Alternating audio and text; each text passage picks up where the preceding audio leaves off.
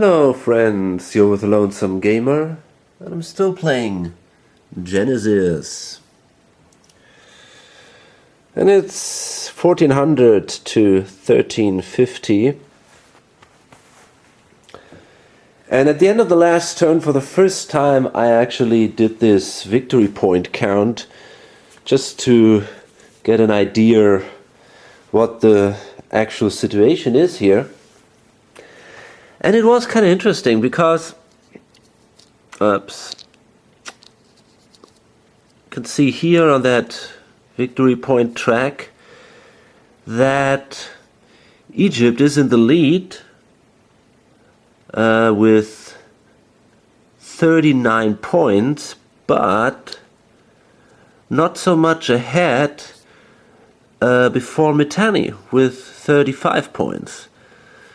So that was a little unexpected, and the Hittites, after the last turn, which was pretty bad for them, only have 26. Assyrians and Babylon are... Well, actually the Assyrians are not that much further behind. They are at 25. So that's really interesting. Babylon, of course, is nearly destroyed, so I'm pretty sure there is not much they will do during the rest of the game. Once you are in that situation as they are now, yeah, you're basically out of the game. They had to relocate their capital at the end of the game, at the end of the last turn. So we have a new capital marker now here because Babylon itself was captured. So the Babylonian capital is now in Ur, and if you do that in the following turn, you get only half your income. So because their income was only at 5 anyway, it's now at 2. It was rounded down, I guess. So yeah, they have now only $2, and so that means they could only actually play for 2 turns, because you gotta pay $1 if you want to do an action during a turn. They would also not be able to rebuild any new cities or buy any chariots, which massively restricts them if they want to move in the open areas, because you have these chariot armies here, for example, with 6 chariots. So as soon as they would basically leave the city, and there is a risk that they get intercepted by the chariots, yeah, they're more or less dead already. Even though they have here about, I don't know, lots of units basically. We got here, I think, yeah, 25 units. But that's not so important, because remember, if you got a chariot supremacy, you get 5 shifts for that. So, well, maybe we could try to do it, but yeah, it's looking not good for these guys. We have a few revolts, one in Megiddo, one in Tarsus, which is pretty bad for the Hittites, and in Lavazantia. The interesting point is that the Hittites now have also very, very good king, Suppiluliuma, after Thutmose. On the Egypt side, they might get now a chance to fight back and maybe reconquer this area here. But the Egyptian guy, Amenhotep III, is also a pretty good leader. The others, well, Agum III, he's also not bad, but in his position there's not a lot he can do. Nur III is a real idiot on the throne, and, well, Mativatsa, not too good, not too bad. Okay, let's see what happens. The Hittites start. Okay, I'm pretty sure we will see an attack from Supilulima. What is his name? Gosh. Supilula. Damn it, I don't know. On Carchemish. It's gonna be hard for him to do this. There's the Egyptian army here. Still, I think I want to try that. So let's roll a die here, and he's got a 6. Wow, that's massive. That gives him then 11 points. So he can move down here and grab his soldiers here. Oops.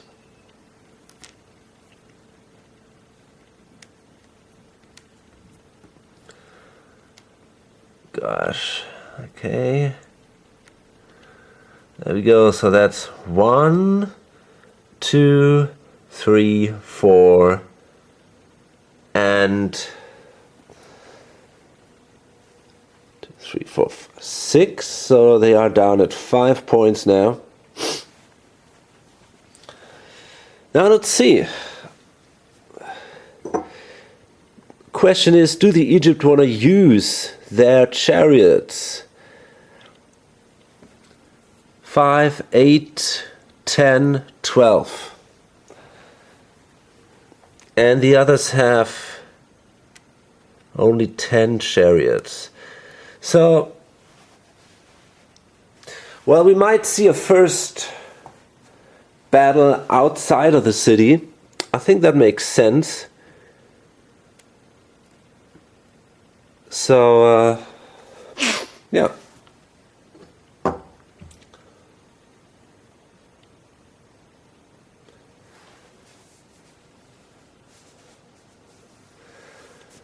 Let's do that. So the Egypt have chariot superiority, which gives them 2 shifts.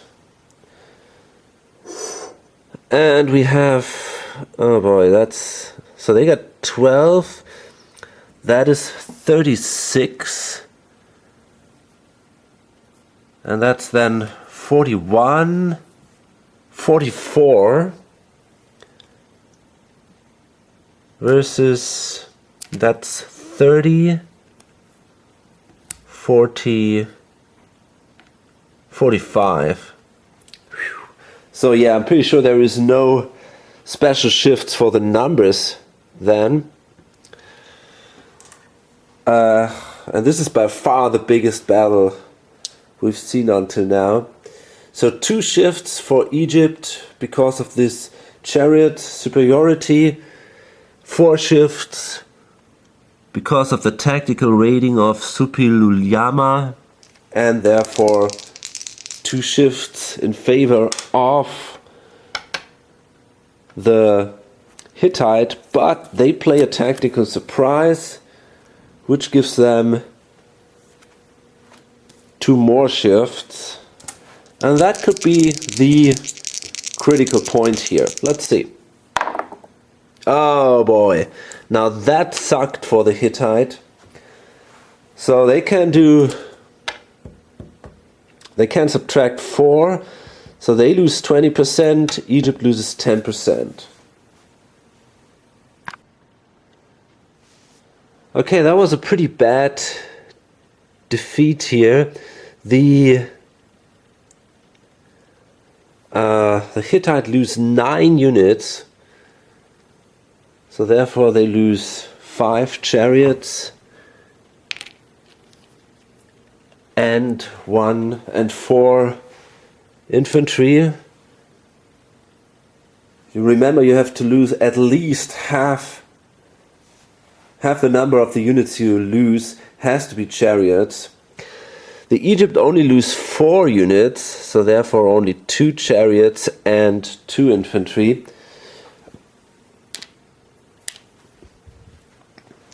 And now it's the question, do the Hittite want to try to make another attack? It's a questionable thing, actually. So they have now, how much exactly? That's 15, 16, 26. And the others have about 40. Well, they could try another one. There are not too many shifts from that. I think only a single shift. So maybe we should give it another shot. I will actually. So we're gonna do another attack here. And yeah, still there is 3 shifts in favor of the Hittite. Is that so? No, that's not true. Because Egypt has chariot superiority.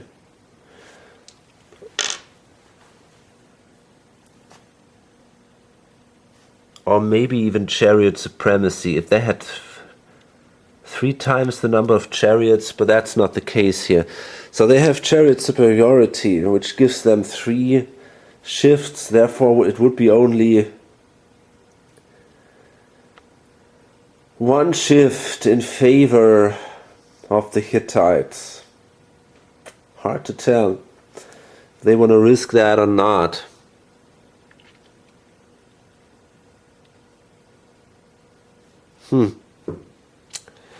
Really hard to tell.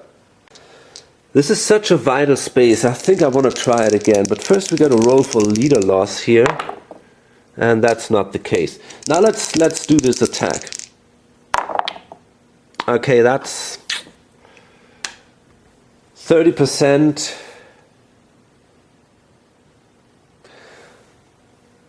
for the Hittites and 20% for the Egypt.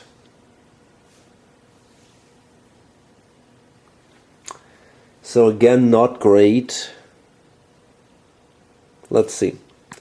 Okay, I made a pretty vital mistake here. You don't lose the number of units, but you lose the number of battle points. So therefore, if you lose, you don't lose as many chariots.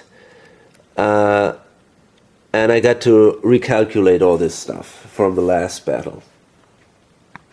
Okay, so that changed things now a little bit.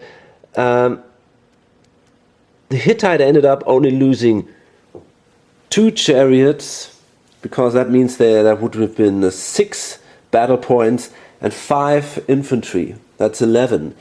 And the other guys lost 4, so they could lose 1 chariot and 1 soldier, 1 infantry. That's 4. Okay.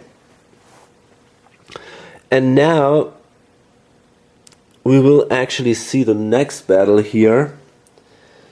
And we'll start this again now. We roll again, because we might also see some other shifts.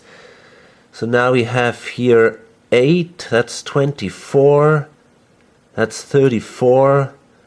The other guys have 8, 9, 11. That gives them 33 alone. So that's 41 from what I see.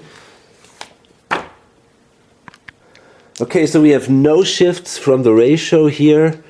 2 shifts for the superiority and 4 shifts on the other side for the leader. So that means 2 shifts in favor of the Hittites. Let's start this again. Holy shit, again.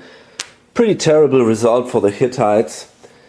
They lose the battle, and by the way, they actually also lost the last battle, so that means they will also lose money from the last battle. I gotta do this a little later. But now, so they lose 40%, while the Egypt lose only 30%.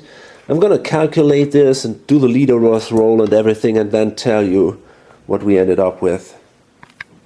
So that was a really terrible adventure for the Hittite player. Supilulama, he lost nearly all his money to the Egypt. He only has 3 left now. He hired a single guy, and he has rebuilt the walls up to the basic level 1 here of Urzu, so that he can at least try to kind of have a fortress here and try to avoid an open battle with chariots against the armies of Egypt. Still, the perspective of the Hittites is now pretty bad in this turn. And we're going to see now the Babylonian turn. And there's not happening too much, that's for sure. Okay, so we're done. We're gone through the first activation markers. Babylonians did nothing. There is no option. They have nothing to do. If they want to attack someone here, for example, Nippur, the Mitanni could easily decide not to use the city in defense and instead do the battle on the open field, and then they have chariot supremacy, and it's unlikely that Babylon can really win that battle. I think they're going to wait there. Maybe there is a time when Mitanni simply goes away because they're attacked from somebody else, and then they might be able to regain a few cities. But basically they're out of the game. We got to be honest here. And this is definitely a problem in this game, that the Babylonian player, he definitely didn't enjoy this game too much, right? Basically from the second or third turn, he was constantly fighting against being wiped out. And now, in the 7th turn, when we might see still about 10 hours playing, he is more or less out of the game. So, not that great, right? The Egypt player, well, what he did is he ended the rebellion at Megiddo, I think it was. He played the Beggar effect, which allowed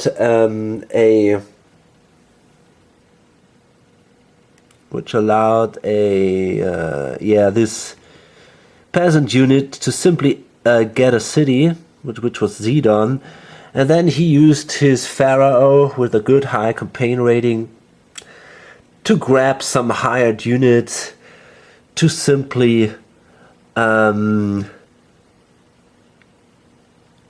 conquer these unfortified cities, Arvad, Hamath.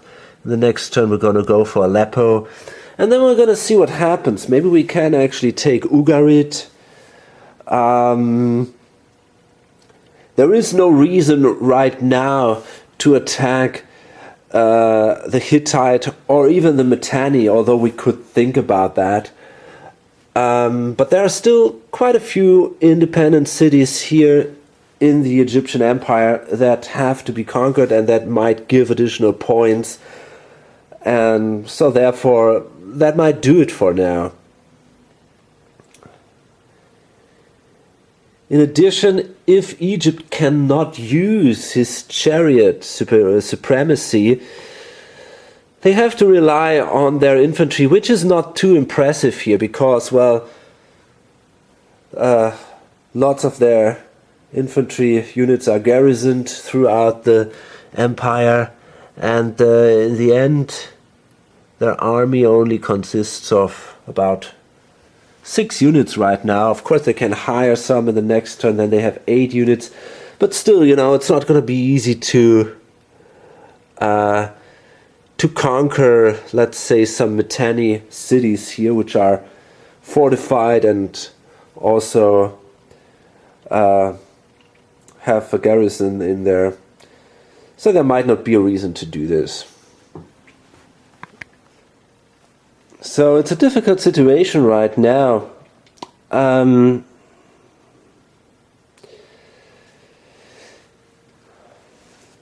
the Assyrians barely can do anything. There are not many cities they can capture. They could move to Dur-Kurigalzu, which is destroyed, and rebuild it, or move to Zippat, but there is the danger that they then will piss off the Mitanni, which they don't want to risk. So basically all they can do now is maybe a little bit enforce their cities down here, and that's more or less it. So that led to the point where they actually didn't pay for the last action marker, and didn't do anything during their turn. They kind of want to save some money so that they can buy a few chariots maybe in the next turn, and then they might simply wait until maybe Mitanni is attacked by Egypt, which is something that could happen, and then they could come from the other side. But right now, if they stand alone against Mitanni, they don't have a chance at all. So that doesn't make a lot of sense right now. So therefore the Assyrians don't do a lot. Mitanni itself also is at a point where there's not too much they could do here. I mean, they are big, and they don't want to attack Egypt, obviously. They could try to attack Assyria, but that's pretty high risk here. So what they did now is they kind of, basically they moved here to Lachish, rebuilt the city here, which gives them 3 more points. And the last turn they grabbed Lagash. So they are trying to improve their position down here and to really make this area here worth some points again, after basically most of it was simply destroyed. So that is something they can do, but we don't see these big war campaigns during this stage of the game, at least. Egypt has drawn a rebellion card, and that's kind of a problem if you have such a big empire. In the end, it wasn't too bad. They only ended up with 2 revolts, because nearly everywhere are units garrisoned, and the most defensive values of the cities are basically at 0. But we have a revolt there, which is not a big deal. Basically, one of these units here, for example this one, can simply try to move there. Let's see, with a minor movement. Yeah, that's a 6, that's definitely enough. So they can move here, and the revolt here is then done. The problem is settled. But over here in Kadesh, things are a little harder, because this has a defense value of 4, and therefore we need 5 units in this city. So I guess I gotta hire units somehow, and then probably use my pharaoh to restore order there. And then I might also try to capture Qatna, Ugarit, all these things here. Maybe I can do that in the next, well, I guess maybe 2 turns or so. Yeah, so here's the thing. I really don't see too many options here. I got here 3 units. I'm going to go here, pick up another 2, and then I'm going to move here, and this in revolt marker is removed right away. So that was fine. And yeah, I mean, you can see there's not too much going on at the moment in the game here. It's kind of strange, because I mean, Egypt, They're one of the few that really had the potential to do something. But they're in the lead. They can easily grab more points by getting these cities here and then maybe moving to Tarsus, for example. So therefore, they're not looking for much conflict here. It's not necessary to do this for them. The Hittite don't have too many options left. They want to defend their empire here. I mean, they could consider simply hoping that we don't see a big attack against the Hittite Empire and then taking their king and continuing their campaign here in the west. But that is kind of risky, because if Egypt should decide to move against the Hittite and they don't have their king Suppiluliuma here around with his 4 shifts, they're probably going to be no match for the Egypt army, and then the way to the Hittite homelands would be open. So that's definitely kind of risky here.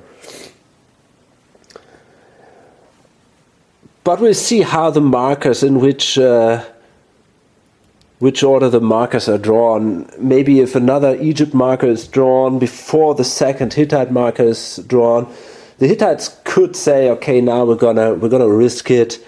With the last activation marker, we won't see too much trouble from Egypt coming.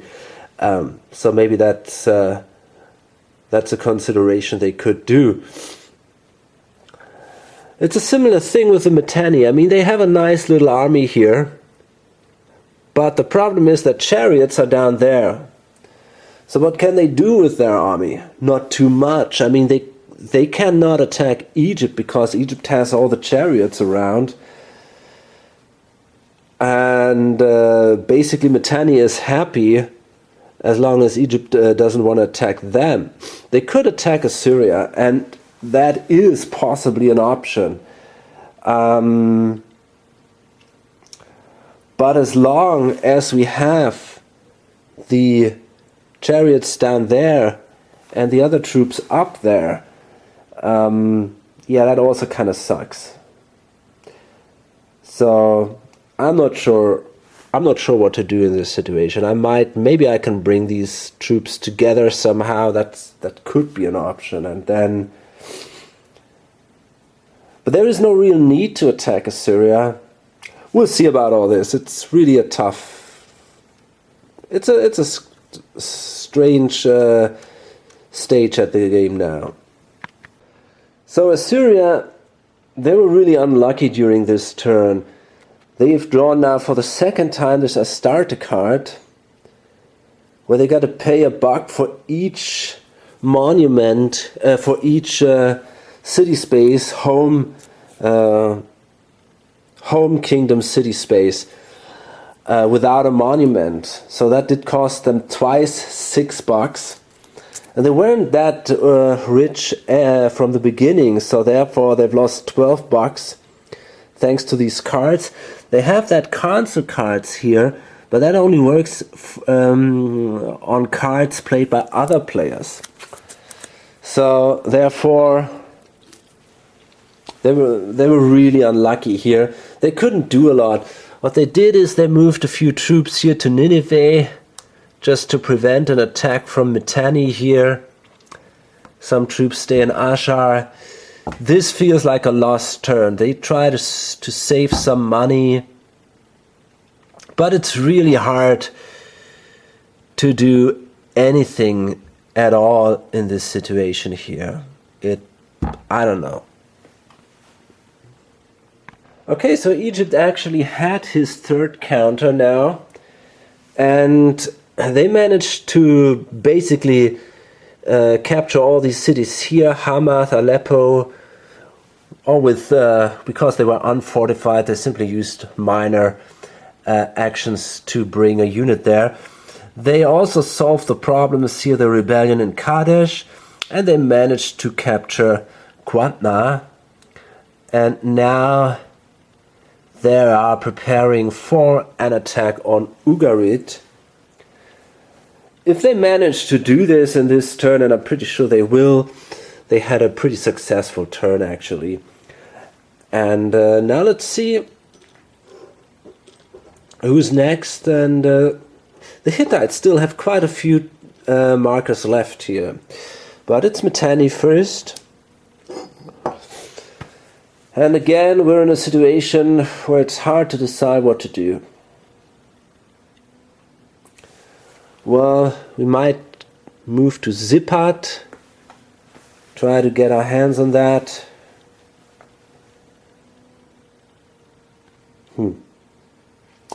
Especially now that Assyria has no activation marker left.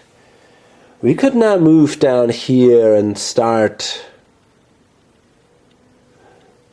I mean, we could even try to attack Ashur, but then we definitely have a full battle going on there.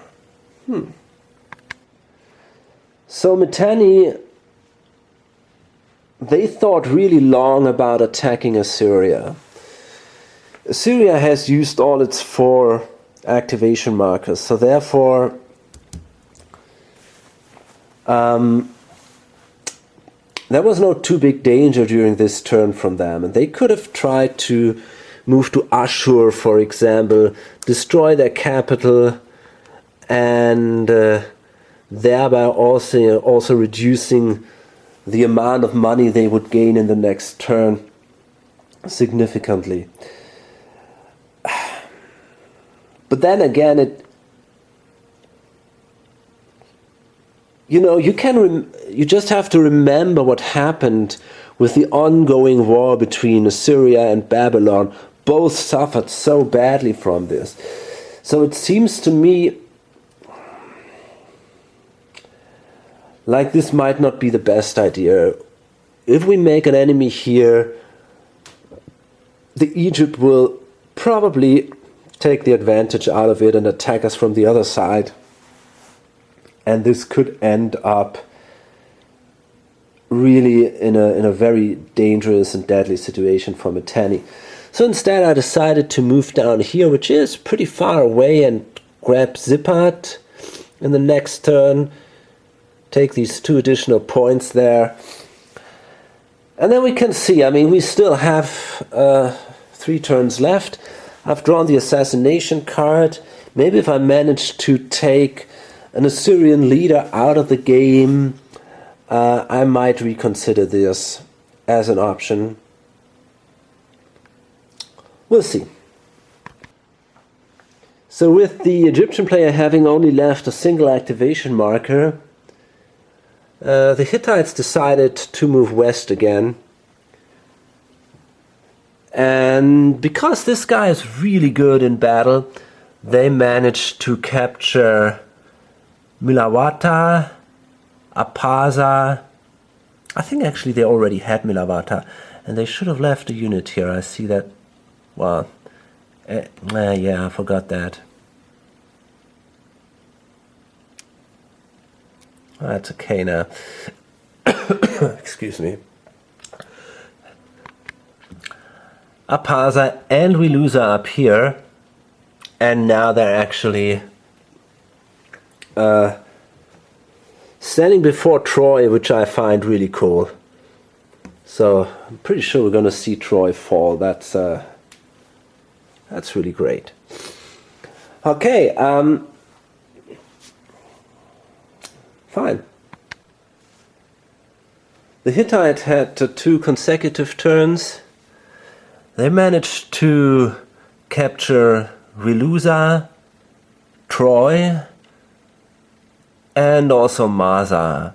And by the way, now I'm out of these 0 wall markers, so now I use these under construction markers to indicate that the walls are down, because it's simply impossible to place an under construction marker in an independent city if you don't have monuments in each of your home country cities. So therefore, should be pretty clear. In addition, they kind of they strengthened the walls here in Tarsus to prevent Egypt to have bad ideas and trying to get that. So overall things are not too interesting, but now we might see something interesting happen, and that is a barbarian invasion, and I've rolled a 7, which means we see the sea people.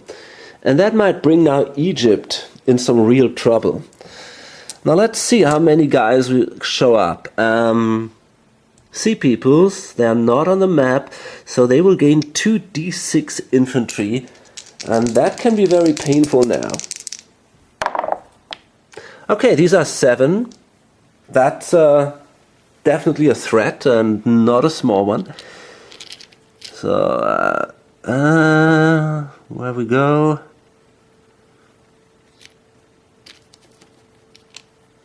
Damn it. Okay, let's take these guys. And the Mitanni player controls them. So therefore he also gets that marker, which is here, exactly.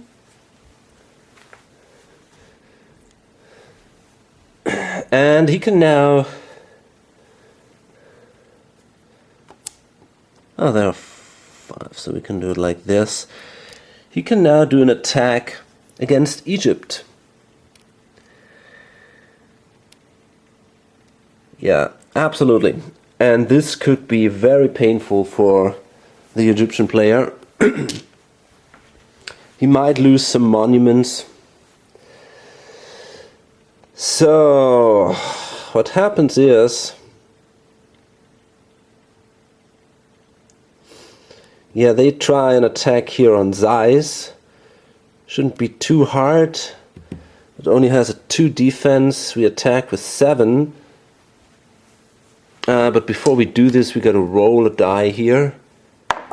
That's only 1. So, that's interesting. That allows us only to do 1 attack here on that city. If you place them...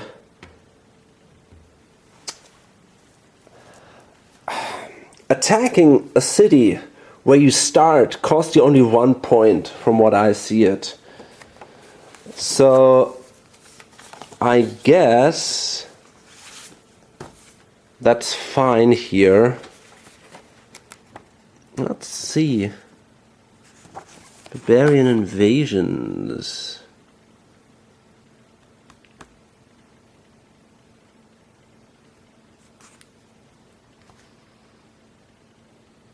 The force must continue to attack at the 1 MP per attack cost until either the port city is taken or the force runs out of MP. Can no longer attack. Yeah.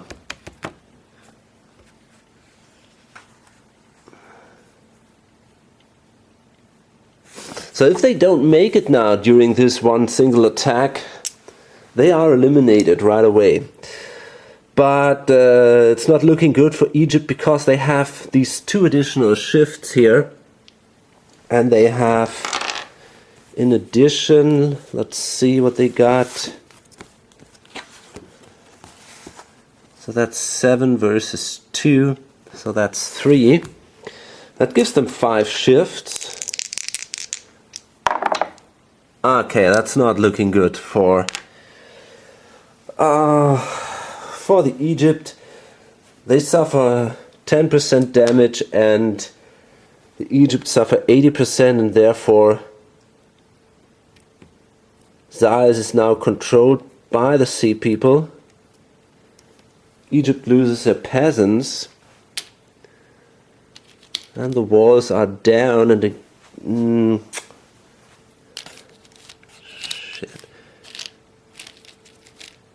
not sure what kind of marker to use here, because I cannot use an under construction marker here.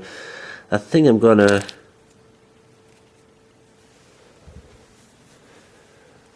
place an under construction marker here instead and bring this 0 marker down here. And I think the monument is still intact until we destroy the city. But we don't have the movement points to do this. Okay, so, and that is the actual problem for Egypt. We also have an activation marker somewhere which goes into the cup. Oh, and I forgot the king actually. Okay, so the sea people would have gained that king, but the king died. That means now that they would have had 3 additional movement points. If a king dies, you lose a movement point, but that means they still have 2 movement points left, which is enough to destroy Sais, by the way. So this city is gone, and also the monument is gone. And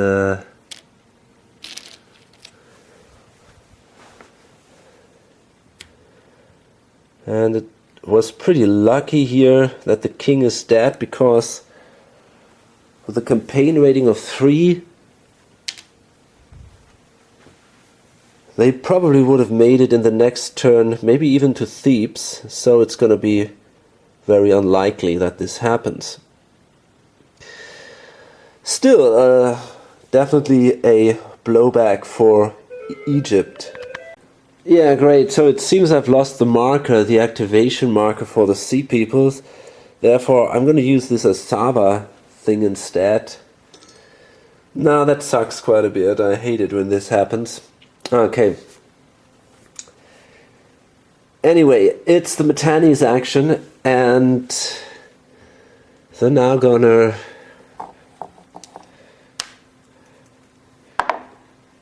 take Sipat. They have 8 movement points. That's quite a bit.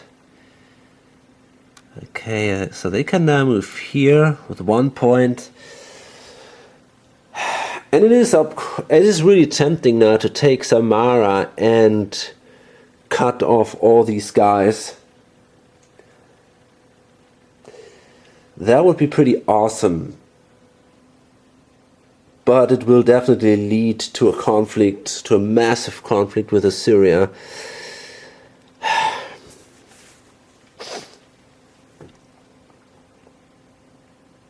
It's interesting. It's an interesting option. Should I do it or not? Tempting.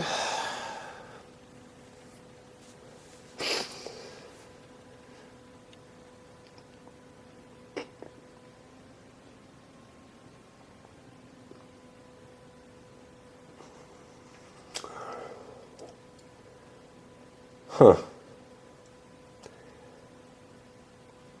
Hard to tell. I think I'm going to roll a die. And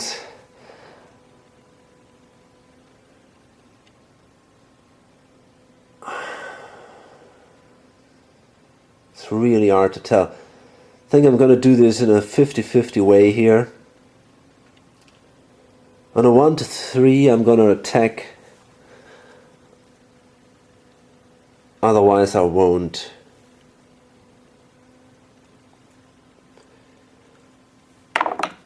Okay, so that's what happens. It's a 1. That means we're gonna attack Samara.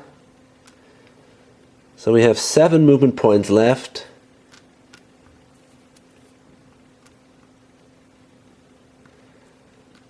So it's 1. Now the Assyrian guy is trying to give us money to prevent that from happening, but I don't care. I want to try that here. So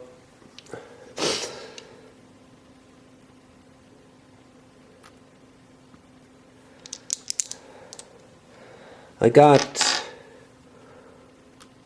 2 units versus 1. That gives me 2 shifts and 2 additional shifts because of the king. And And that's not bad. That should be enough. Actually, we got... Yeah, that's enough. So there is no doubt that these guys are killed. And we take Samara, which gives me then slaves. And in addition,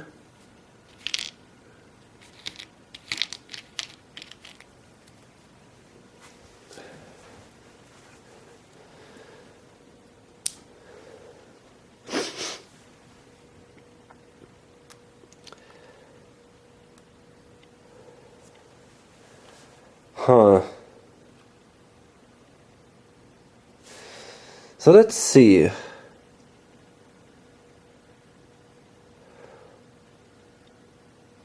think I was at 8, huh? So I moved 1, 3 more. So I got now 5 points left.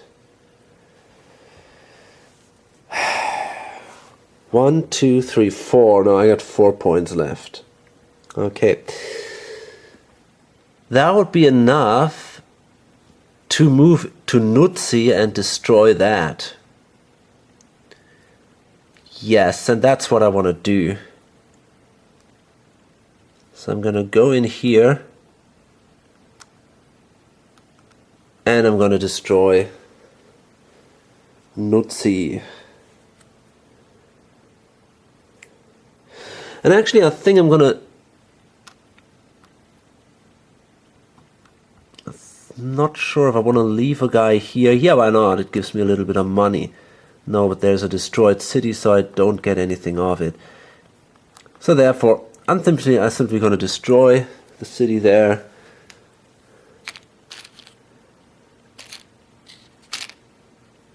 And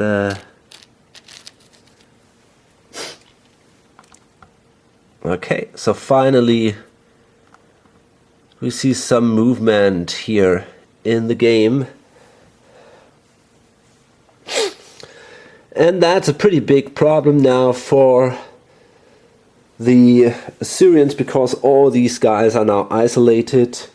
He cannot move anymore in this turn. That really sucks for them. Okay. Definitely cool. Okay, it's the Egyptian player now, and that's kind of lucky for him that he can now maybe take a pharaoh and 5 units. So we gotta recruit 1. I don't know if I want to do that. Yeah, maybe not. So we're gonna take the pharaoh and 5 units. That's the maximum that is allowed. And we're gonna move down here to Tanis with a naval transport. So that's not that great. It's only 6 points. I hope that's good enough. It's probably not good enough to attack the sea peoples, but at least it might be good enough to move down. So we move down here. That's 3, 4, 5, 6. Yeah, so well, we might even end up here in Memphis. So therefore, yeah, we don't have to be afraid here of the sea people. That's definitely a pretty safe situation now. But we've lost size and we cannot go another time, so that's a little sad.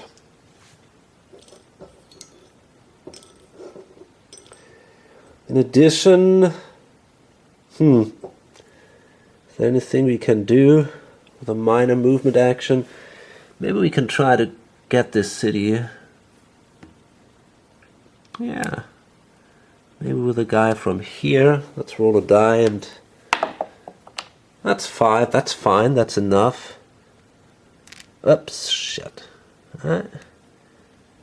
Is it enough? We cannot march through Zumur, but 1, 2, 3, 4. Yeah, that's cool.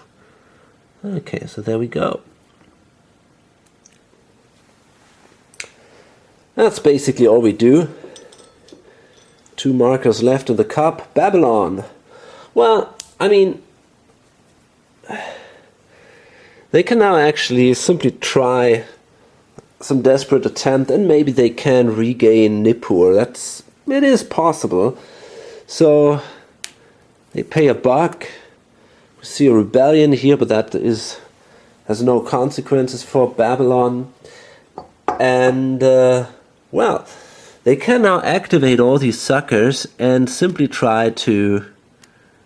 Now these are 25 units, and they can try to attack Nippur. And well, we might see an interception attempt here. So let's roll a die and see what happens. Wow, that's a 6. So they have 9 movement points. That's a lot. So they move to Uruk with a 1. And we see here our first interception attempt from the army in Lagash. They got 5 chariots. So let's see.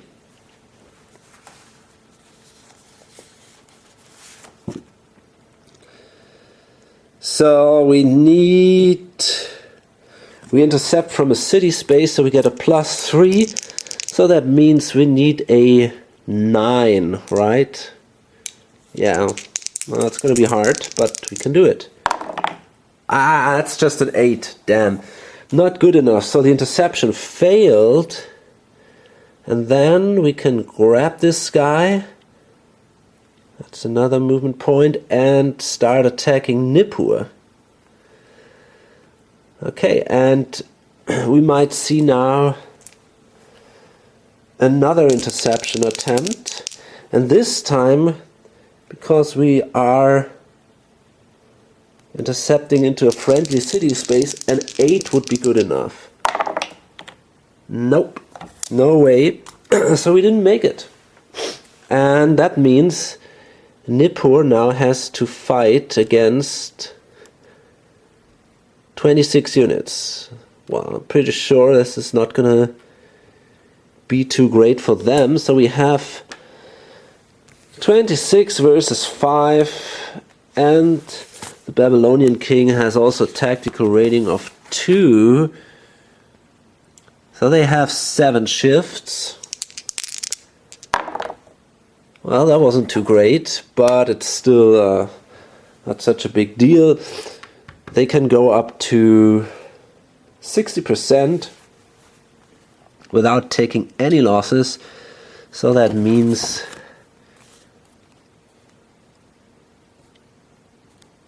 I lose 3. So the city walls are down to 1. Pretty sure I can remember that. And so I only have a defense of 2, and basically there is no reason to roll a die for this one anymore. But we can roll if the king survives, and he does. Yeah, and now that's for sure. These guys take the city of Nippur. But actually on the second attempt to attack the city, I can do another interception attempt, and that's what I want to do. And this time I made it. So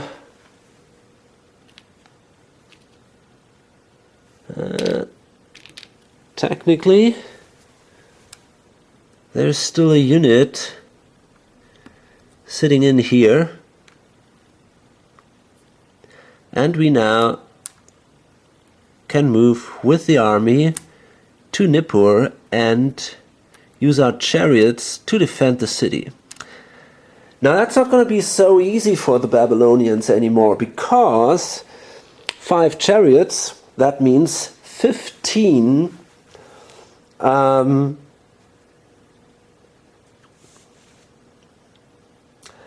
I'm actually thinking about Probably not. Anyway, it's 15 versus 26, so I'm pretty sure there is no shift here. 26 versus, well, there is one. Yeah, there is still one shift. Plus 3. Plus 2, that's 3. But I got 5 shifts because I got the chariot supremacy, though. So that means we got 2 shifts in my favor here. So, well, let's see. Okay, now that means I can reduce.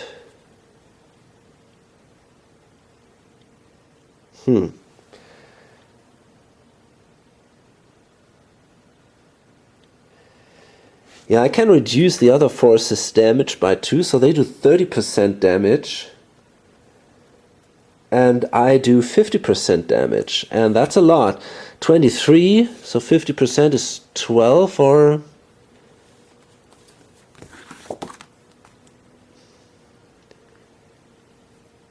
No, it's actually 13. Holy shit. Okay, we see another attempt to attack the city. And this time it's basically 13 units versus 9, and that's the same thing. It's a 2 shifts favor for the Babylonians. And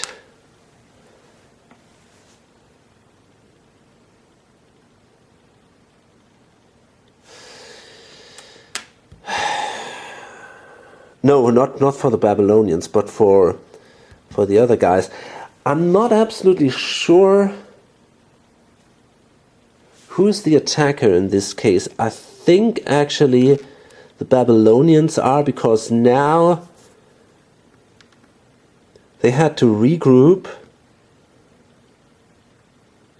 and I ended up with my army here, so then they did the attack. So that means the Babylonians have a 5, I have a 4. I can reduce that 5 to 3. So they lose 40% of their forces. So it's 13, and they lose 5 units. It's going to be a close battle. And I lose 1.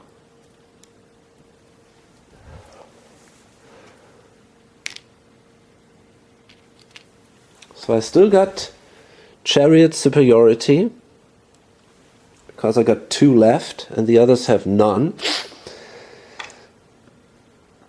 So now it's 7-8 versus 6.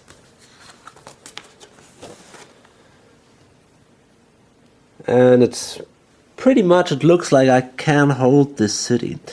So it's 8 versus 6. Yeah, that's still a shift, so it's the same thing again. 2 shifts in my favor. And yeah, that should be good enough. I do a damage here of 40 and they do only 10% damage. Well, I can reduce this. So I do a damage of 30 and they do no damage. So I'm pretty sure this is it then. It's 7-8, so they lose 2 units. And yeah, I lose obviously nothing, and they don't have enough movement points to fight back. I mean, it's not important if the king survives, but he does. So in the end, it wasn't too successful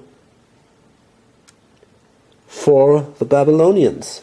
But of course, on the long term, they might have a good chance to gain Nippur. It is absolutely possible that they will gain it. And because I had to move out from Lagash, they now control the city again, because it's their home territory city. At least 2 more bucks for them in the end. It is definitely interesting to see how amazingly strong chariots are if you fight against infantry alone.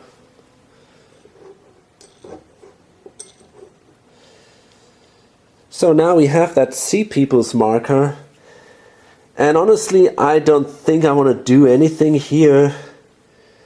The Egyptians have a strong pharaoh, so I don't want to risk a battle against them here. Finally, our last marker is the Babylonians, and they don't have any money left because they've lost their last money to Mitanni when they lost the attack here at Nippur. So all they do is they draw a card. That's the Joshua effect. That's a pretty good card if you want to defend a city, and that's it. So that's basically the end of the turn, at least of the activation phase. What we see now is the isolation phase. So what happens is this city is still in revolt. So wow, that sucks, because it means that this city is lost here, because the servant, the slave alone cannot control a city. In addition, we see the isolation here. Now let's roll for this. Okay, so they lose a peasant here, which isn't too bad. What about the next one? There they also lose only one unit, so they are kind of lucky. They lose another peasant. This one here. Okay, this time they lose 3 units, but here it doesn't matter because there was only a single one. What about their army here? They lose 2 units there. 1 and another one. And finally, Susa. They lose also 2 units there. Yeah, hard to tell. I think they're going to give away the peasant and keep 2 guys. Well, okay. And Elam also loses units. Wow, they lose 3. That sucks for them. So that means that... Wait a second. Yeah, they lose a chariot. 3 battle points, so still. Yes, and that's it then. That's not quite true, because these guys also are isolated and they're gone therefore. And that means I think the leader is also gone, but he would die anyway. Okay, so what do we see? Well, we see a very mighty Egypt, a mighty Mitanni.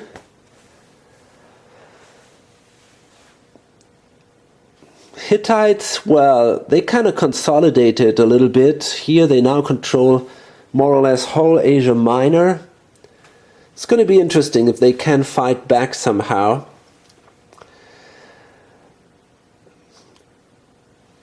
It's also going to be interesting to see if Mitanni is able to fight against Assyria, and I'm pretty sure that's going to happen, and also against Babylon. And here I have my doubts. I don't think Mitanni can hold its position here in Babylon, simply because there are not enough forces down there, and it's going to take quite a bit to bring forces from the homeland down to Babylon. So I'm pretty sure that's not going to happen, but maybe they can slow these guys down a little bit, the Babylonians. So I guess the next turns will be we will basically see the war between Assyria and Mitanni, if they both come not to some kind of agreement, which is of course possible. So hope to see you then. or on lonesomegamer.com. Bye.